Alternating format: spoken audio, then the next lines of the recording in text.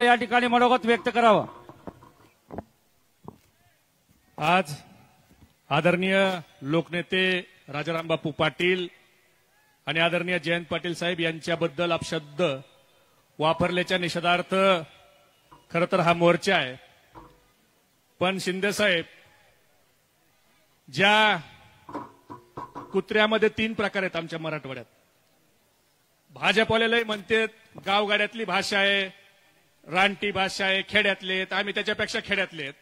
आमच्या बीडाकडे कुत्र्याचे 3 प्रकार आहेत, साधा कुत्रा, पिसाळ्याला कुत्रा आणि खरजुला कुत्रा। तसा हा खरजुला कुत्रा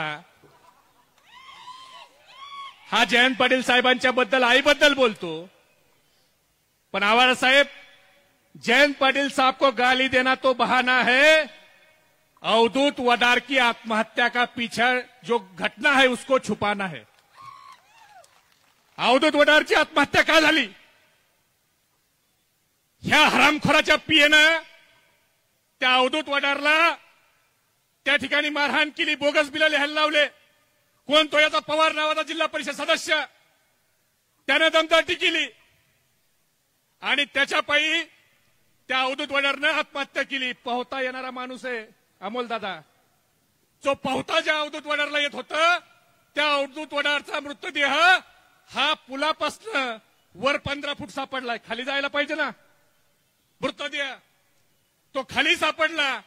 मग ह्या पवारची आणि त्याचा जो पीए, आम्हाला वाटलं आमच्याकडेच आका आहे। लंके साहेब, आमचं बीडच बदनाम आहे। अरे हे बीडपेक्षा पुढची व्हरायटी ना, आमच्याकडे ना इंजिनियरनी आमदाराला कंटाळून आत्महत्या केली। देवेंद्र फडणवीस, तुम्हाला लाज वाटत नाही का? तुम्ही मुख्यमंत्री असलेल्या राज्यामध्ये तुमच्या आमदाराच्या पीएचं नाव घेऊन त्या मृत इंजिनियरची आई आणि बहीण टाव फोडतीये, त्याला तुम्ही न्याय कधी देणार? सेम प्रकरण घडलं 2 वर्षापूर्वी, अमोल करांडे झऱ्याचा, त्याची जमीन कुणी हडपली, त्याची जमीन घेतल्यावर त्या अमोल करांडेची त्याचा देखील मृत्यू टोपे साहेब सेम पद्धतीने झाला। तो देखील मृतदेह कुठे सापडला? तो देखील पाण्यामध्ये, त्याच्या बाजूला त्याचा शेव सापडला आणि त्यांनी जमीन कुणाला विकली? तर ह्या टोपीचंदला, ह्या खरजुल्या कुत्र्याला विकली। त्याचा चौकशी करणार का नाही तुम्ही? आता उद्या त्या पडळकरवाडीतली आमची पडळकर आजी 85 वर्षाची, तिची जमीन कुणी नावावर करून घेतली। आता उद्या अवधूत वडार आणि अमोल करंडे सारखं त्या पडळकर आजीचं जर झालं तर नवल वाटू देऊ नका। अरे आमच्या बीडला आणि परळीला कमी आहे, त्याच्यापेक्षा जास्त तुमच्या सांगली जिल्ह्यात ह्या खरजुल्या कुत्र्यामुळे व्हायला लागलंय। आणि हा काय म्हणतो? भिकारचोट जयंत पाटील साहेबाला। अरे लका, तू भिकारचोट तू आहेस। हा सारखा सांगतो 2007 पासून मी सफारीत फिरतो। अरे 2006 ला तू एमएटी वर फिरत होता। 2007 ला झऱ्याचं जल स्वराज्याचं काम मिळालं, त्याचं 9 लाख रुपयाचं बोगस बिल काढलं आणि पुण्याला भांडारीच्या शोरूम मध्ये जाऊन ती सफारी गाडी घेतली, त्याची पासिंग केली नाही, बाकीचं पैसे पण तू भरले नाही। आणि सारखा म्हणतो जयंत पाटील साहेब माझ्यावर खोटे गुन्हे दाखल करतात। काही व्हिडिओमध्ये म्हणतो आराराबा माझ्यावर खोटे गुन्हे दाखल करतात। अरे बाबा, फिर्याद द्यायला तुझ्या विरोधात जयंत पाटील साहेब, स्वर्गीय आराराबा हे गेले नव्हते। तुझ्या विरोधात मंगळसूत्र चोरीची केस कुणी केली? थोरातनं केली। वळवणचे थोरात हे धनगर समाजाचे आहेत, त्यांनी जाऊन तू मंगळसूत्र चोरलं म्हणून तक्रार दिली। जयंत पाटील साहेब गेले नव्हते, आराराबा गेले नव्हते। त्याच्यानंतर झऱ्याला जी केस झाली मारहाणीची तुझ्यावर, ती मेटकरी नावाच्या व्यक्तीने केली। ते फिर्यादी मेटकरी हे धनगर समाजाचे आहेत, ते दुसऱ्या कोणत्या समाजाचे नाहीत। जल स्वराज्याचं जर तू काम बोगस केलं, त्याची जी तक्रार कुरुंदवाडीच्या नारायण चौरेंनी केली, ते नारायण चौरे आता तुझ्या सोबत आहेत, ते देखील धनगर समाजाचे आहेत, ते इतर समाजाचे नाहीत। तू काय धनगर समाजाचं नाव घेऊन सारखं हे करतो? तू लोक मारणार, तू जमिनी खाणार आणि तुझ्यावर वय आली की तू समाज पुढे करणार, लोकांना शिव्या देणार। अरे तुझ्यापेक्षा चांगल्या शिव्या आम्हाला देता येतात टोपीचंद। तुला काय वाटतं, तुलाच लय शिव्या देता येतात का?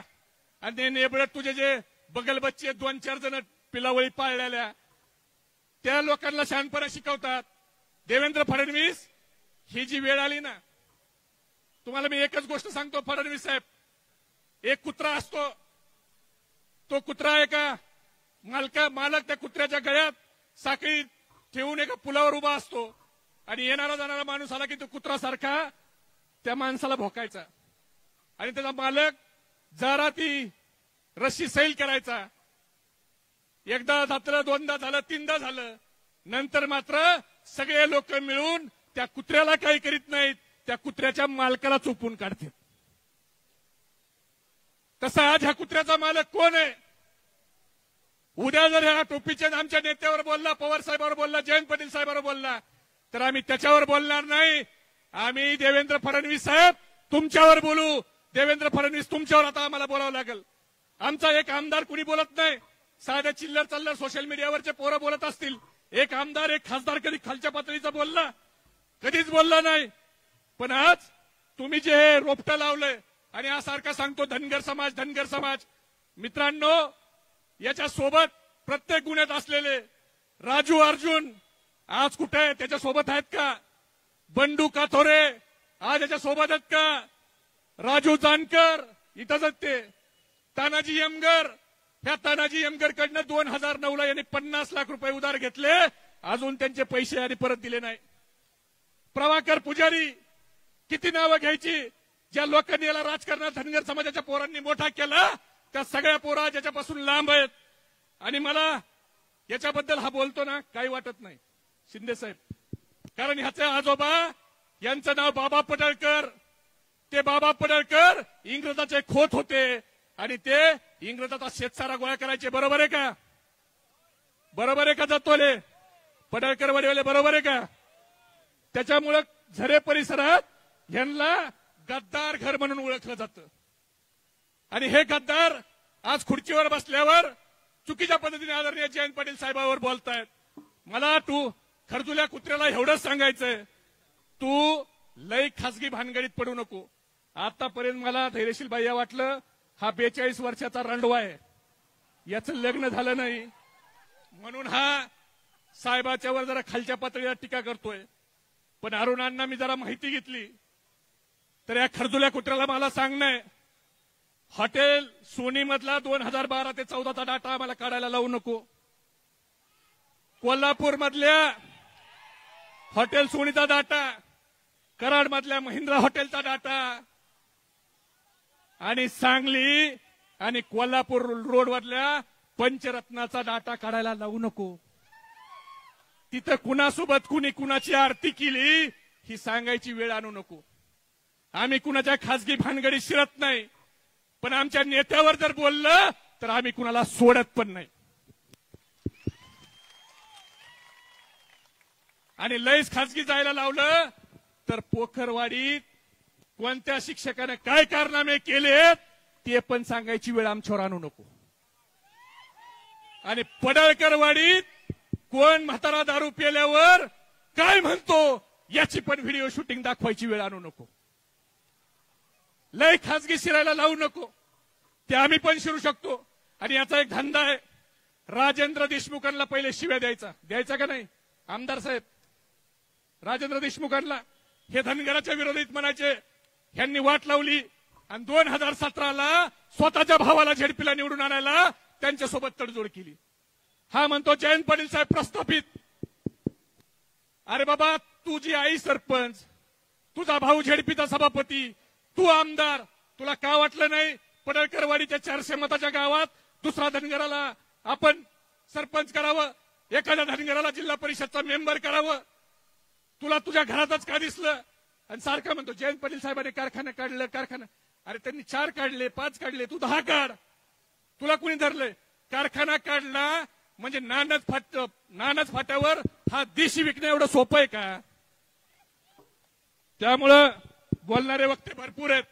मला एवढंच त्याला सांगायचंय की खरजुल्या कुत्रे आणि त्याचे जे काही बगल